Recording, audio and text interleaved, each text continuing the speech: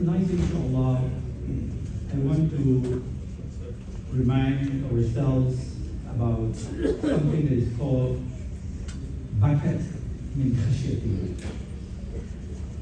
Why should we share cares for Allah? Why should we share cares for Allah? The question is asked, and as believers, we know that we are encouraged to shed tears for Allah subhanahu wa ta'ala, for the fear and for the reverence of Allah. And why is important to practice this important spiritual discipline? To make sure we often shed tears to Allah subhanahu wa ta'ala. Allah subhanahu wa ta'ala described His messengers. They are the ones that fall on their knees and prostrate to Allah subhanahu wa ta'ala, crying and shedding tears.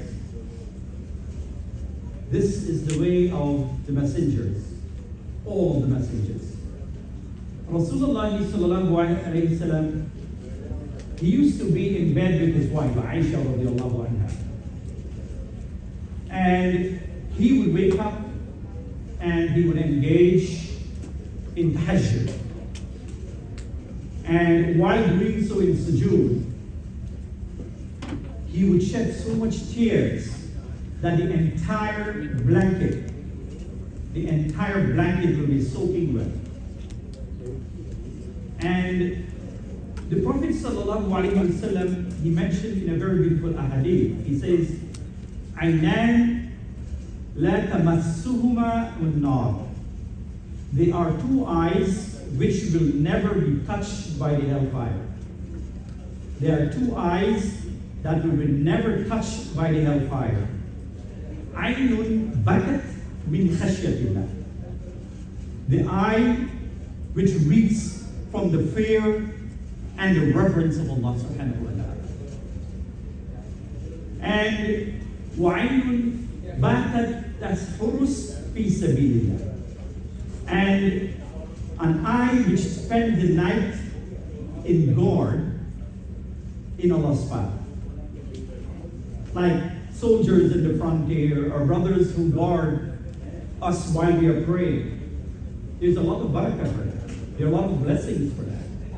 So when you see somebody in that parking lot and they are giving you instructions, these are noble discipline that we should respect, that Allah subhanahu wa ta'ala will save those individuals from the Nar Jahannam. And so the two eyes that would not be in this situation, meaning that let us practice this.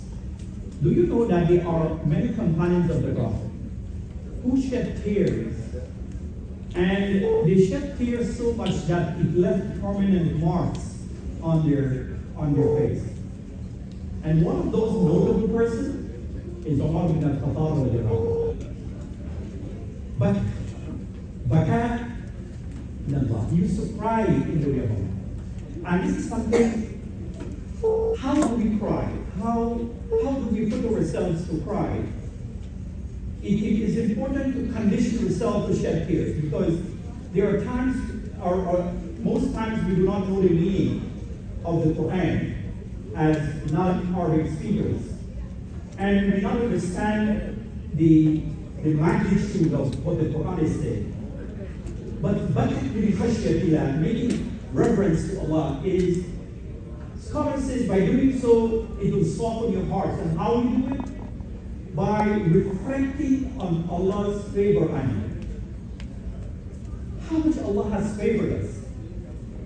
How much Allah has given us, even though we disobey Him. Even though we are not really good servants to Allah. We make a lot of mistakes, all of us. But Allah subhanahu wa ta'ala still gives us things in our way. And so one of the things the ulama says is how we can shed tears by reflecting in Allah's mercy and His barakah on us. And so this is something that it is for us to understand that the eyes that will not be touched is the ones that do that for the because of Allah subhanahu wa ta'ala. Like, you know the masjid of the Prophet ﷺ never used to have like carpets like we have today, or mats. They used to pray on the ground. And it is said that when they finish praying, there are many parts of that masjid that will have like puddles of water by the Sahaba them weeping and shed tears for Allah subhanahu wa ta'ala. And it creates like mud in where they go down for sajda. When they are up, they are mud on their forehead, they are mud on their nose because of extra crying. And this crying is not crying to show people. This crying is crying by yourself. Sit in a corner and reflect and make tadabbur to Allah. Oh Allah, I have committed so much sin, Ya Allah. I am so much ashamed of myself, Ya Allah. Oh Allah, I desperately need your mercy. And this is the reason why Ramadan is such an opportune time, especially as we are going down into looking for the last 10 nights. Let us don't wait for the last 10 nights. Let us start shedding tears for Allah. Let us shed tears for the sins that we have committed over the years. And let's not be judgmental to each other. Because this is the time in the masjid or in gatherings, we will have the best Muslims. And also, we will have the worst Muslims. But who are you for me and you to judge them? We can't. Because Allah, He closed Nar Jahannam and He opened His Jannah. And He shackles the shaitan so that people can come. And this is the reason why everyone comes to the door of Allah, knocking on the door of Allah for His mercy.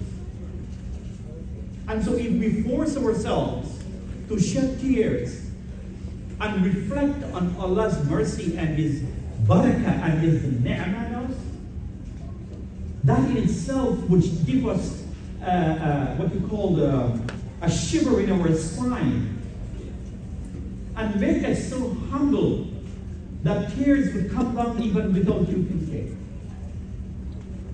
And so I pray that Allah subhanahu wa ta'ala give us this honor, especially in this month, that we can shed some tears for Him, out of fear, min khashyatillah. And may Allah subhanahu wa ta'ala honor us on Yawm al-Qiyamah for us not to be touched by the hellfire. May Allah keep the hellfire from us distance away. May Allah subhanahu wa ta'ala cause us to shed tears, and may Allah cause us to cry for His cause. And that Allah subhanahu wa ta'ala can give us good, what is in this dunya wal akhirah. I pray that Allah accept from all of us. And just before I go, I would just like to ask everyone to make dua. My brother is very, very sick. He actually